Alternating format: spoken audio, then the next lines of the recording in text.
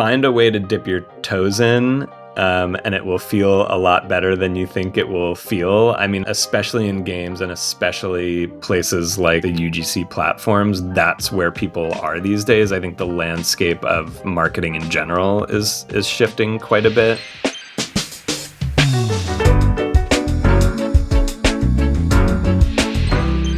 Welcome to Brands in Play, the podcast where we explore immersive marketing and the people who are leading it.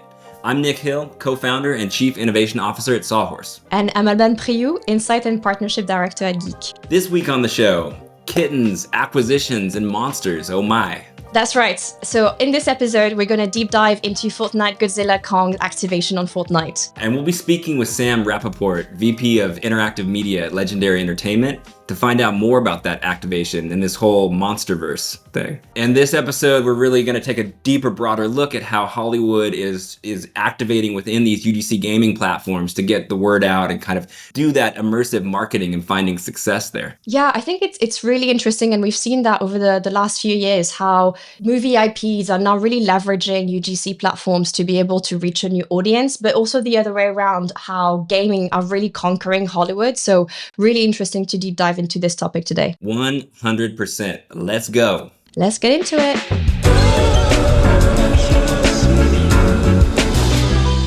It's happening after all this hype. We finally are recording, so I'm stoked. I know. I'm really excited to get started, and I think it is a big commitment. I don't know if you realize you're going to see a lot of me every week. Are you going to be able to survive?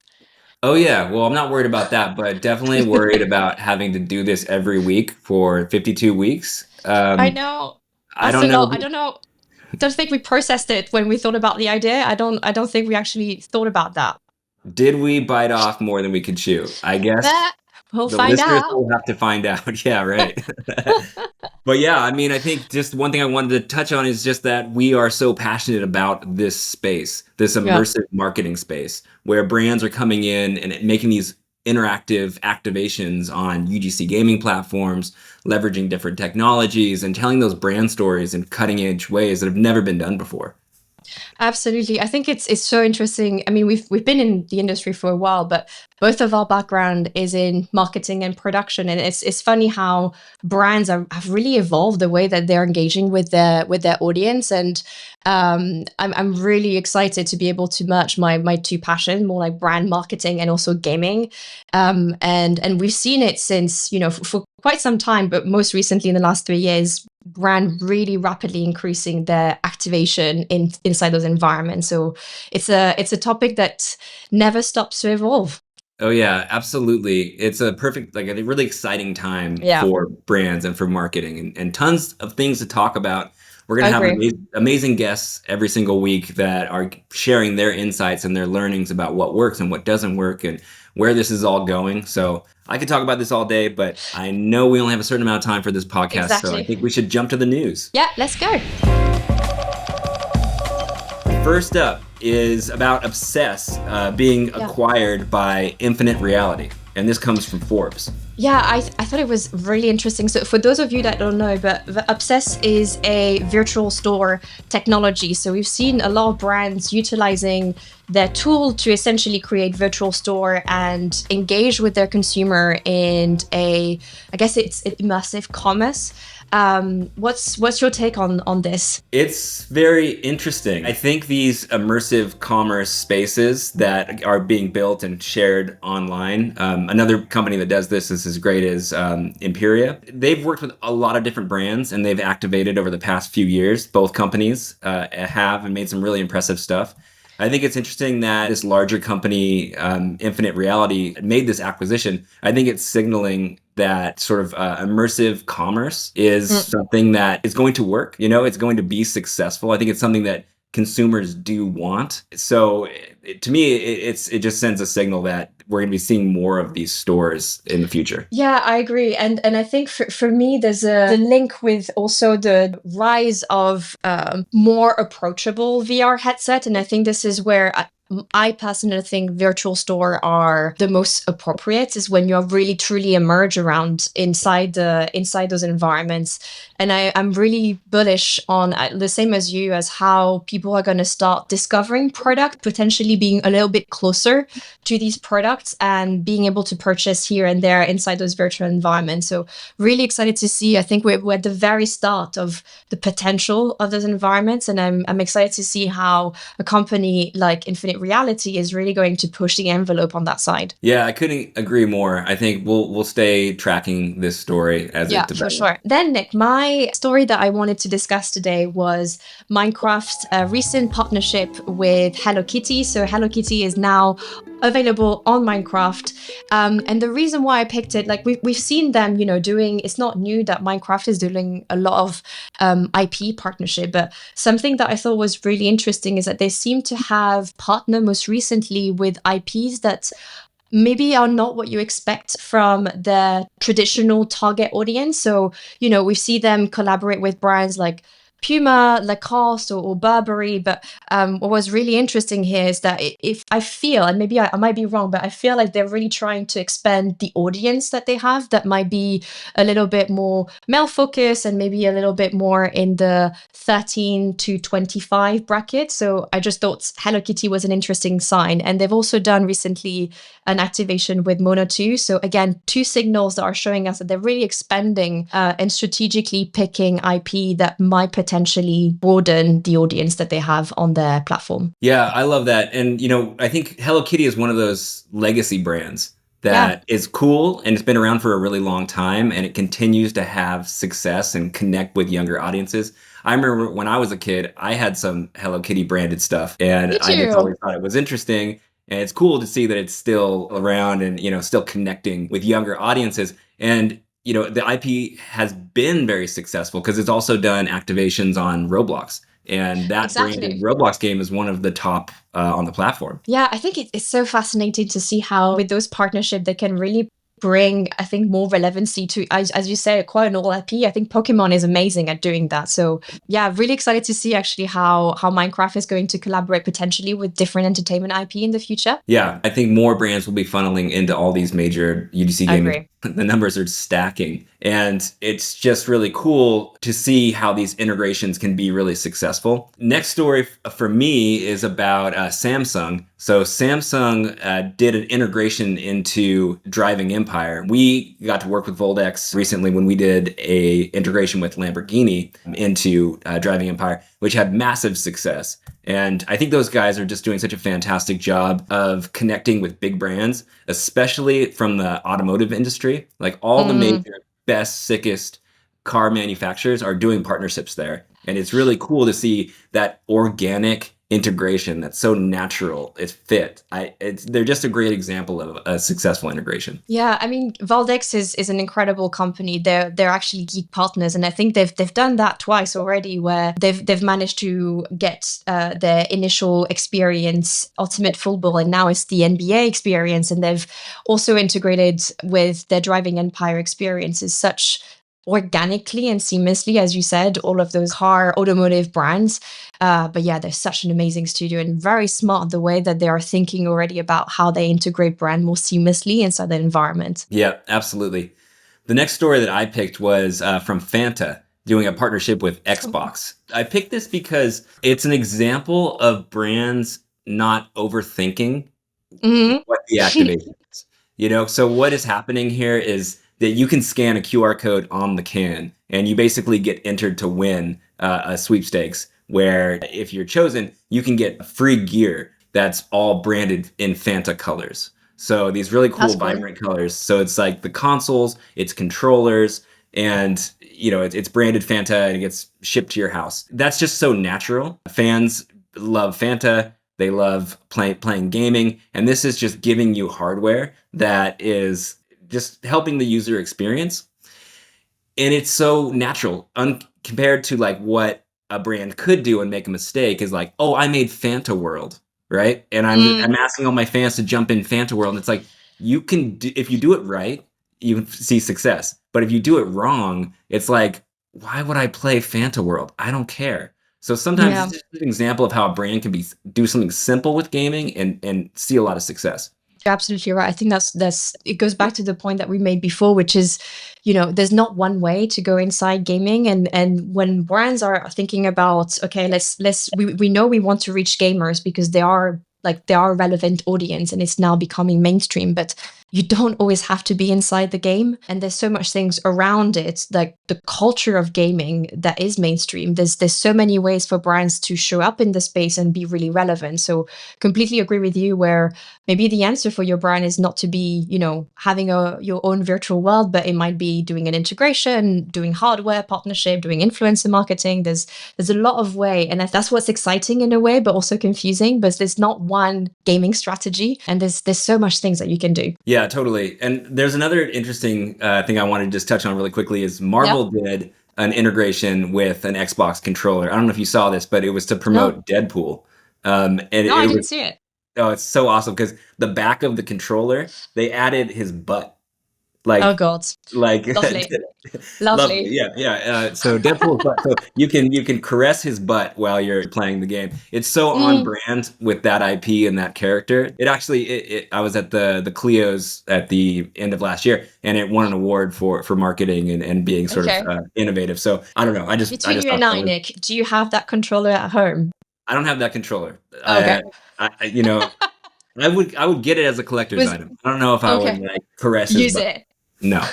Well, my last one, which leads into the theme of today, is obviously I think we've all seen it, but Godzilla going inside Fortnite and their battle royale game.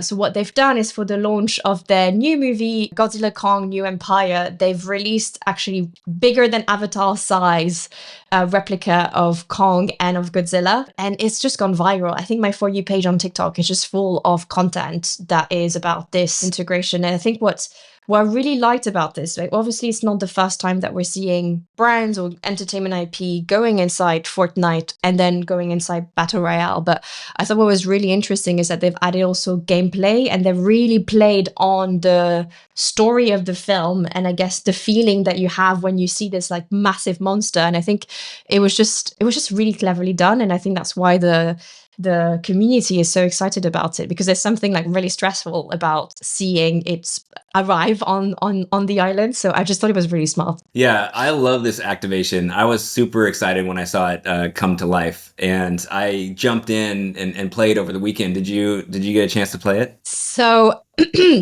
maybe I shouldn't have said that, but good that Sam didn't know about it. But I actually don't play, I play Fortnite, but I die very, very quickly. So I didn't get even a chance to see him because I probably got shot by a 13-year-old before I even got to see him. So I think the way that I've been able to really see how he looks on the map is actually through content creators that I follow. But yeah, I died very quickly before I was able to see it. It happens. It definitely happens. The bar is high on Fortnite. It is. There are and from God, there is no build, but before that with build, it was impossible. I just died immediately. So it's I don't know how many fingers they have on their keyboard to be able to play. I just find it crazy. So Fortnite is there's definitely an olive curve, and I haven't learned it. I think you need to up your game, Albane. Being on this podcast, I think you need to be able to survive long enough to see Godzilla. Yeah. I think that would be that should be my benchmark. That should be my milestone for the end of the week or something. That's going to be my weekend probably. Well, next week you tell me that you survived. If I manage to see it, I will let you know.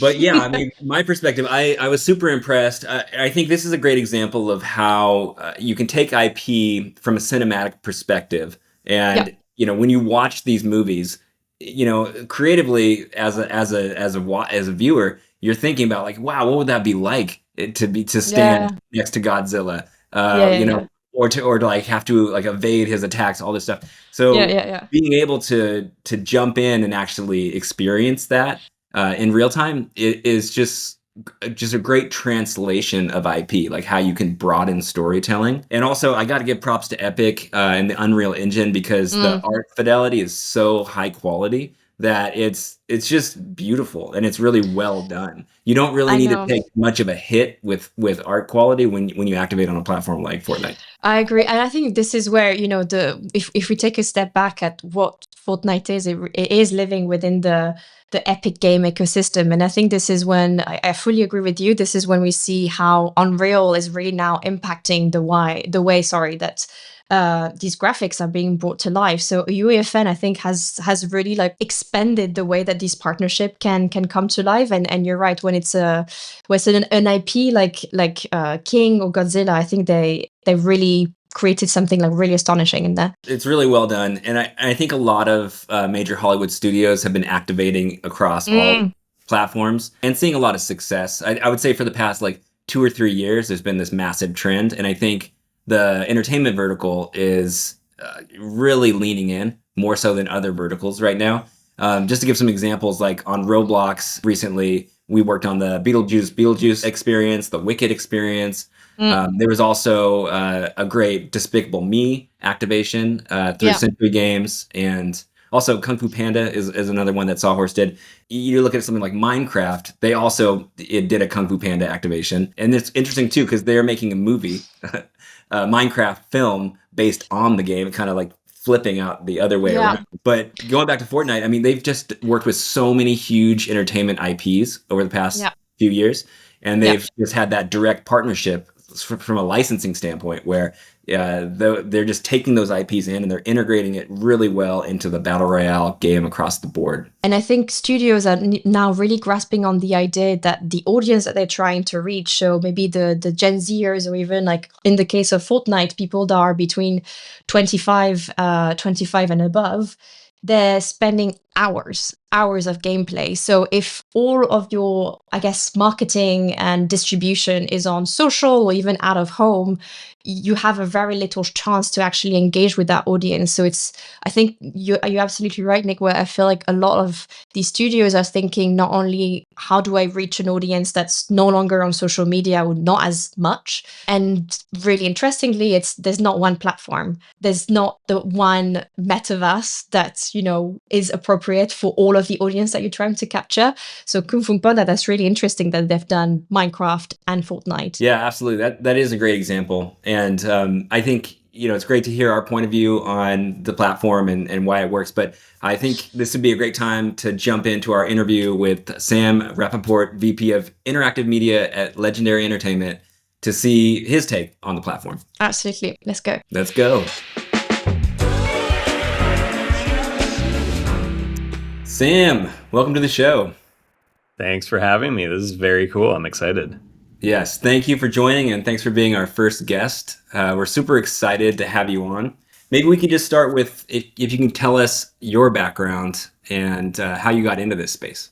I grew up as a gamer. Started when I was very little playing. I think the first system we had was a Sega Genesis, and then my dad has been in the record company for a very long time and worked at Columbia, which was eventually owned by Sony. And he got us a PlayStation, and then I was hooked and was playing PC games as well. I think I played Duke Nukem. I was probably a little too young to be playing Duke Nukem and didn't know what it was, but I remember like popping in Duke Nukem, and you had to do it through like the MS-DOS code, whatever. But yeah, I basically grew up as a gamer. And then when I went to college, I thought that I wanted to be a therapist. And so I studied psychology. At the end of my time in college, took a 1-unit course on everything that you could do with every degree in psychology. And I was like, I don't want to do any of these things. And I went home and played Call of Duty, and I was like, this is $1 billion industry. I will figure out how to do this. And that's sort of how I put myself on the path. Well, let's jump into the Godzilla Kong activation on Fortnite. First off, congratulations. That's pretty massive. I mean, it's one of the biggest UGC gaming platforms in existence. I jumped in over the weekend and played, and I had a ton of fun. I also watched the film again over the weekend just to refresh myself. And I was just reminded when I played how cool that is to love an IP and, be thinking about it and then have the ability to then play as that IP and enjoy yourself and kind of like put yourself in the mindset of what's happening. And yeah, I just thought it was really well done. And I unfortunately didn't get a chance to play as Godzilla, but I did do quite a bit of damage and got Nice. burnt up a couple times. But I wonder, can you tell us a little bit more about that activation? What can players do, and sort of why did you target Fortnite? So so we've done a lot of activations over the years, everything in, specifically in the Monsterverse and Godzilla and Kong, everything from mobile games to other PC console games. One of the really fun things about Fortnite is it's become so big that it's sort of its own, like it's completely its own ecosystem. And because it's very stylized, it lends itself to a lot more creative freedom than we can typically have. And I wouldn't say that just for the Monsterverse, but I think probably for every IP. Because it's stylized, you sort of have this, oh, I'm in Fortnite. Everything is if you're a player, everything is a skin or an outfit or whatever. And then if you're in the universe, you're always getting to it from within the Fortnite universe. So as a player, it's very easy to sort of jump in and have a lot of fun in this new fantastical world. And from the IP side, it's a lot easier to wrap your head around some of the narrative conceits and other things that you sort of have to go along with to put an IP into the game. And it just makes it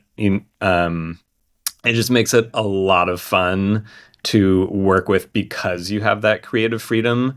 And you're always going to have these guardrails of things, like big IP guardrails of things that you can or can't do and stuff that you sort of need to stay away from. But again, it's sort of because you're coming at it through this fantastical lens, you can worry a little bit less about what people are going to think or what it's going to look like and how it's going to translate. Yeah, I feel that. Side question, Godzilla or Kong, which one do you identify more closely with and why? That is a good question. I'm probably Team Kong, I think. Just because I feel like he's a lot more nimble in comparison. So like the idea of like swinging around buildings and being a little bit more strategic is more interesting and fun to me. But I don't know, Godzilla is also pretty awesome. I'm more of a Godzilla man myself. I feel like he's just so raw and A lot of people are, yeah. sensual in a Yeah. lot of ways. So would you look at this more of like a marketing play or a licensing play? And as far as Legendary is concerned, like what are the main goals for activating in this gaming space? For us, this was a little bit of both. I mean, we try as much as possible to service the fan base, whether that's through films or TV or any of the gaming stuff that we do. Um, we're a very fan focused company. And so whenever we find cool things to do, we try and do those things. And if it happens to align with, with a film release or a TV show season release, that's amazing. But luckily for these types of franchises, especially for the Monsterverse, it's more of an evergreen franchise. And so it's a lot easier to sort of find cool ways to entertain the audience outside of those big tentpole releases. And it's a way for us to give back a little bit to fans because we know, like it's so cool to see them on screen and it's so cool to see them at home on your TV. But like everyone, all the feedback that we get is like, this is really awesome. We would love to be able to play as the Titans. So doing something like this is really meaningful for that reason. And it also extends the brand because it's a different way for people to experience it. And there's, we try wherever possible to put in Easter eggs and just like have things in there that you don't necessarily get in, a couple hours of a movie or an hour TV show or whatever, but really feel like you're there kind of experiencing part of, even if it's a little corner of whatever the franchise is. So just looking at like the broader marketing of this, was there a campaign beyond just the activation on Fortnite? So were there influencers involved? Were you essentially making trailers to promote it? Were you involved in that whole side, and what did that look like? So there was a reasonably good sized campaign against it. We've done a lot of influencer stuff. We actually also launched an apparel collaboration, like a Fortnite Godzilla and Kong apparel collaboration. So we hit some of that as well. A lot of it came from Epic again, because we come from the film and franchise side. We don't come specifically from the gaming side for this purpose. And so Epic came to us and said, hey, we work with tons of these cool influencers. Let's put together a program for you. Like, we'll do all the reach out. And obviously we get approval of a lot of those assets, like the asset packs that are going to those influencers. But it's, Epic is Epic, and we trust them, and they've done a killer job for a lot of different brands and franchises, and so it's sort of an easier pill to swallow, because we know they're going to do an incredible job. So when they come to us and say, like, we want to put these cool programs together, like I think they did a big Team Godzilla versus Team Kong event, stuff like that. We all know that that's going to do well. And how's the performance so far? Been really, really good. Everyone has been super happy about it. They actually needed to bump over the weekend, they needed to bump up how often the Godzilla event happens to 100%, because people were so excited about it, which is, it's always cool to hear. It's one of those things where we think we have the goods, but at the end of the day, it could go either way. So it was really cool to see that the response has been so positive. And I think, again, the payoff of being able to play as Godzilla and romp around a map. And, I think especially in Fortnite, where everything is destructible, that, adds to the whole fun, aside from being able to play Godzilla and beat other teams. It just adds that extra cool layer. Yeah, I love that. I think like it's so important when you activate within these spaces to take the community into account.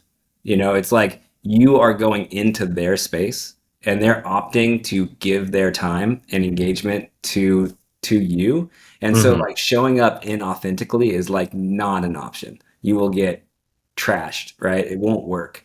Can you talk about some of your experiences, like going into other communities and how you've had to stay mindful and understand them and offer them value? For us, it's always about hearing out the fan base, being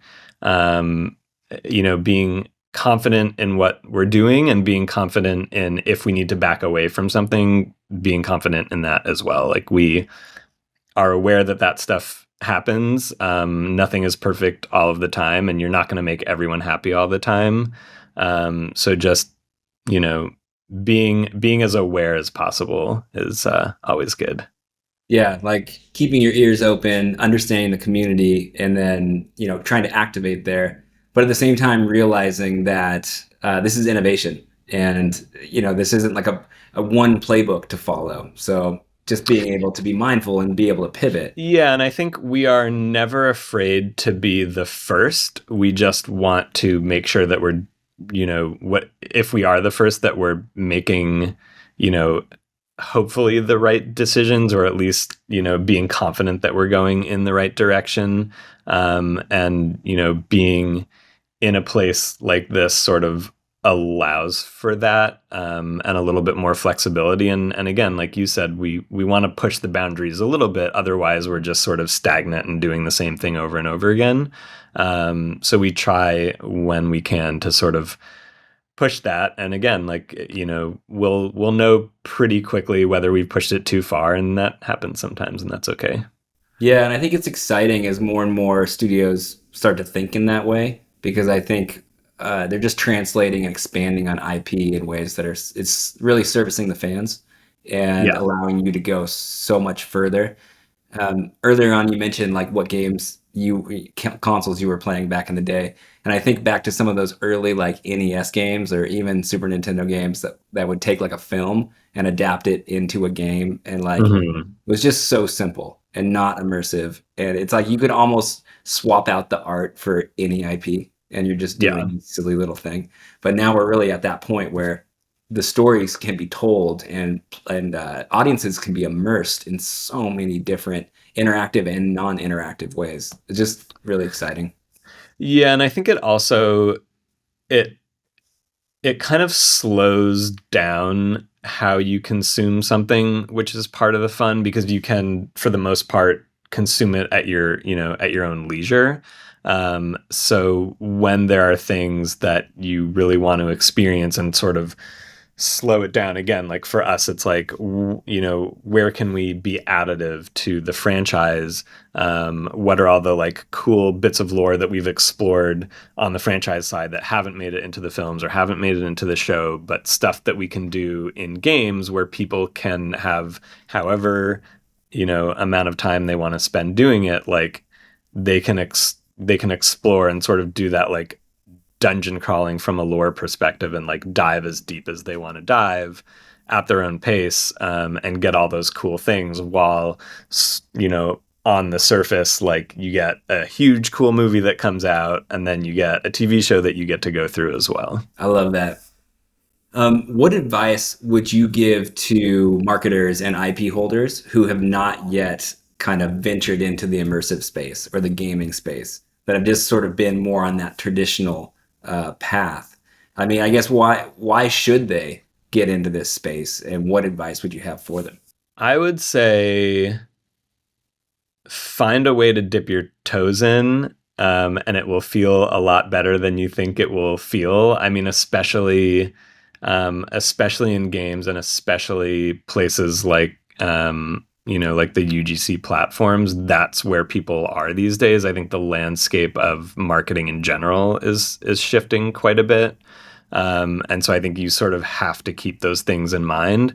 And also, it opens up a whole different avenue to explore and expand your franchise in ways that you haven't before. And even if it's not, there's so many different ways to do it.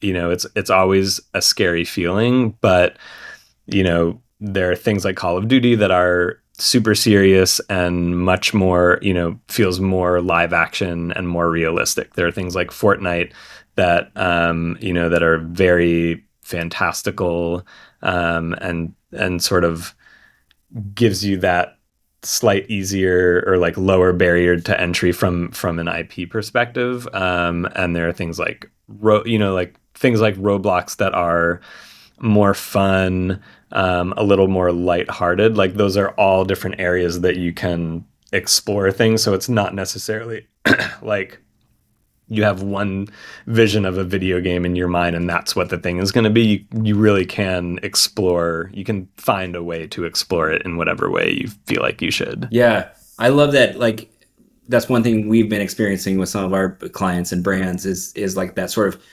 testing ground to learn about your audience, but Yeah. also learning about specifically what they care about and what they're interested in, and then taking those learnings and applying that to what you're doing with the IP or with the brand. So one example would be like you can create all these digital clothes and offer those for sale in an environment, and then Mm. you can just track, what the users gravitate toward. So if they 90% of the users, they all wanted this one thing, you could take that learning and then as a brand say, hey, we're in the real world. Let's focus on this color or this look. Yep. Do you have any examples of that, like on the film side, where you've seen something happen within like the gaming space and taking that feedback and had it written into a future film? Um, Not yet. This is like probably on the side of things that I shouldn't talk about. We're very close to something that we did that ended up looking so cool. There's a very heavy passion by a lot of people to put it in one of the films. Is about all I can say. Yeah, that's fair. I don't want to get you in trouble. Um, Okay, last question. What's next for Legendary as far as like immersive marketing and storytelling? I think we want to continue with what we are doing and push the boundaries as much as possible and really leverage these gaming spaces, not only to, it's always fun to help market a film or a TV show with a lot of these activations, but I think, especially for me as a gamer, and overseeing this division, really really pushing the boundaries of like, oh, we really should be making bigger and better games. We really should be expanding our franchises into these platforms and into these universes, because we know there's a very high demand for it. And so, trying to sort of push the limits of like everything that we can explore that we don't necessarily get in a film or a show, put that into a game and an experience. Love that. And sorry, I lied. One more question. I'm just curious. Out of all the IP that's under the Legendary umbrella, is there something that you're super passionate about that you wish you could make that you haven't yet, or something that's incredibly challenging that you would want to see come to life, but it's almost impossible? We are dying to have a full-fledged MonsterVerse, like triple A style brawler game. I think especially after the Fortnite activation, where you get to romp around as Godzilla and destroy the city and attack people. I think from all of the data that we've shown, or all of the data that we've seen, and everyone that we've talked to, every single person is like, oh my God, this is really cool. Where's the big MonsterVerse brawler game? My vision for it is if you see the end of Godzilla versus Kong, when they're just like throwing each other into buildings, basically like a like a super high-end Unreal 5 version, playable version of that, I think would be really cool. It's an easy $300 million game, a mere bag of shells. But I think something like that would and could be really cool. And what's really funny is no matter what we post, whether it's film related, gaming related, even different IP related, the top comment is always, "This is really cool looking. Where's the AAA MonsterVerse game?" We actually, I think I have a picture of this in my phone somewhere, but we launched the very first cinematic trailer for Dune Awakening a couple of years ago at Gamescom. And the top comment was, "Oh my God, this looks so fucking cool, but where is the MonsterVerse? Where is the big MonsterVerse game?" But yeah, that's top of my list of things to do. Yeah, we'll check in next year when you've launched it, and we can celebrate. But Sam, thank you so much for coming on the show. I really appreciate your time and insights. It's been amazing. So thanks. Yeah, thank you for having me. Appreciate it. Right on.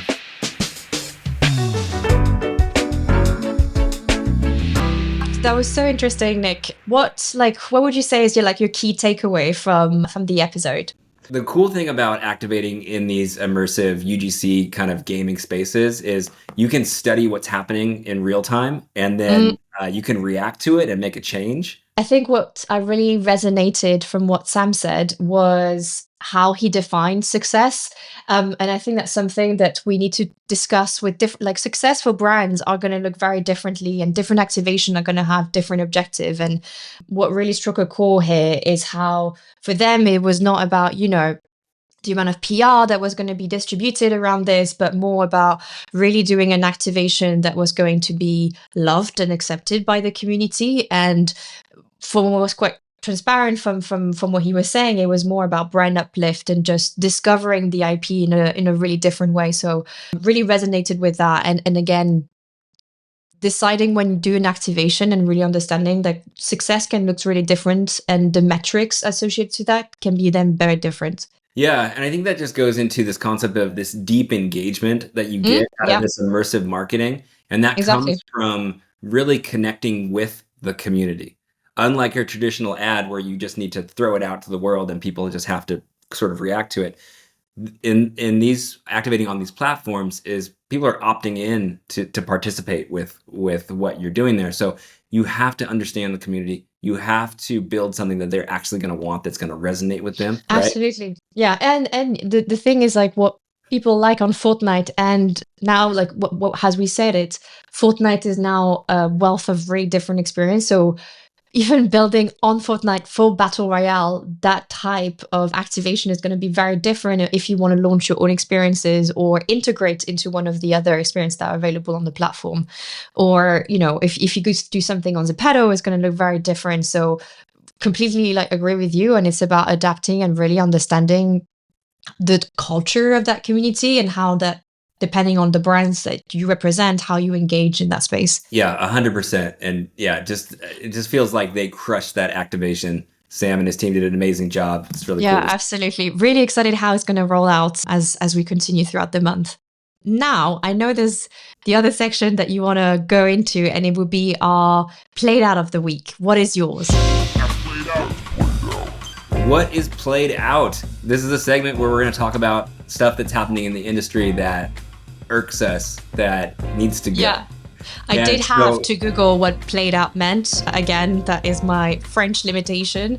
I didn't know what it was, but I do get it now. What was your American thing? Is it American like hip-hop? Do you say like what is your play out? Or like No, you don't. No? So what is your play out? No, you say like, yo, that's played out. Like that is like whatever that thing is, it's played out. Like okay. So it's like a verb. It's not like a noun. Yes. Gotcha. Okay. Okay. So Sorry. See, you learn something every day. What was play out this week for you, Nick? Yeah, played out. This week and beyond this week in general, I think people that are afraid of AI and they're not willing to even try to understand it is played out. It's like Got it. This AI is on a hypertrain to affect our lives in so many different touch points. It's crazy. AI is being integrated seamlessly across so many things that we interact with on a daily basis. So for you to say that like I don't get AI, I'm scared of AI, I don't know, that's some techie thing. You need to stop saying that. You are using AI right now and it will have an impact on your life. So I feel like people need to take it seriously, lean in a little bit, just try to understand it, try to use it. I would encourage people to try ChatGPT. It's essentially it's free and can replace the concept of search. It's very simple. And I think people just in general need to wake up and work with this stuff a little bit and not be so afraid. Yeah, I feel like this is a whole episode on its own, just to deep dive into the usage of AI, and also like in your world in development, I think potentially something that we can talk about in the future. I think mine maybe a little bit generic, but overall, I guess the stereotype around gamers. And I think when a brand or an agency, or even like just people in general, like thinking about, I might like I'm not a gamer, or my brand doesn't belong in gaming, and I think it's just, and hope that we can do that through this podcast, is breaking a little bit the myth and the stereotype around what a gamer is, and really for people to realize how, I guess, multifaceted gamers are. And if anything, I would say like the gamer like adjective is not really real anymore, and I think there's a lot of connotation around it, where what we're seeing with platforms like Roblox or Zepeto and Fortnite is that they're now becoming like social platforms. So it's really everyone that's on these platforms, and most importantly, they probably are your consumers and your audience that you want to speak to. So I think breaking the vase around who a gamer is what I'm trying to like my play out, or what's played out. I would say that like once a gamer, always a gamer. I grew up as a gamer as a kid, right? And then I kind of stopped playing games when I went to college and did other things and got into my career. But now I still play games on my phone. Like it's in my DNA. I mean, it is insane the number of people in the tube in London every day in the commute that are playing games. Like they're not watching content, they're playing games. So it's really part of everyone's daily like commute and daily lives. But like as we'll talk about it, I'm sure in like many different episodes, is like the different games have very different audiences, and it's just to select the right one for you. Yeah, I'm super excited about this concept, and I'm really looking forward to diving in more detail for sure. Amazing. But yeah, we're at time, so let's just move on and say our goodbyes. That's a wrap on this first episode. I want to thank Sam for coming on the show. I want to thank all the listeners for tuning in. If you could subscribe, leave a review, and join the conversation with the hashtag #BrandsInPlay, we'd really appreciate it. All right, but before we go, Albane, honestly, I think you need to jump back in Fortnite this weekend and pay some dues. Spend a little time, because you publicly admitted how whack you are at that game. And on this podcast, I think you got to have it a bit higher. I'm regretting this a lot. I should have said it, but I will do my best. I will try my best, but I'm just really bad at the game. Well, we can play together. Maybe you should find a server and we can try to play together, because I really want to see Kong, but I will do my best. I will let you know how I get on over the weekend. Maybe the fans and the listeners can bet on who's going to survive longer. Well, that's not a really tough bet to know, but when it might be surprised. I'm gonna watch tutorials. How good I am. You have no idea. Well, you already saw it. I'm gonna watch tutorials. Let's do this.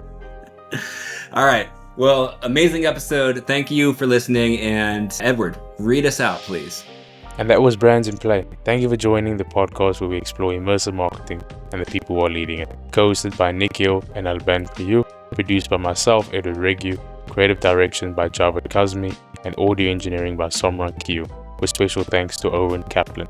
Be sure to join us right here every week for brand new episodes. The views, thoughts, and opinions expressed in this podcast are solely those of the host and guests and do not necessarily reflect the views, policies, or positions of host employers. The information shared during this podcast is based on personal experience and publicly available information and is intended for informational purposes only. Any references to specific platforms, companies, or partnerships are made in a personal capacity and do not imply endorsement, partnership, or official association with any organization mentioned.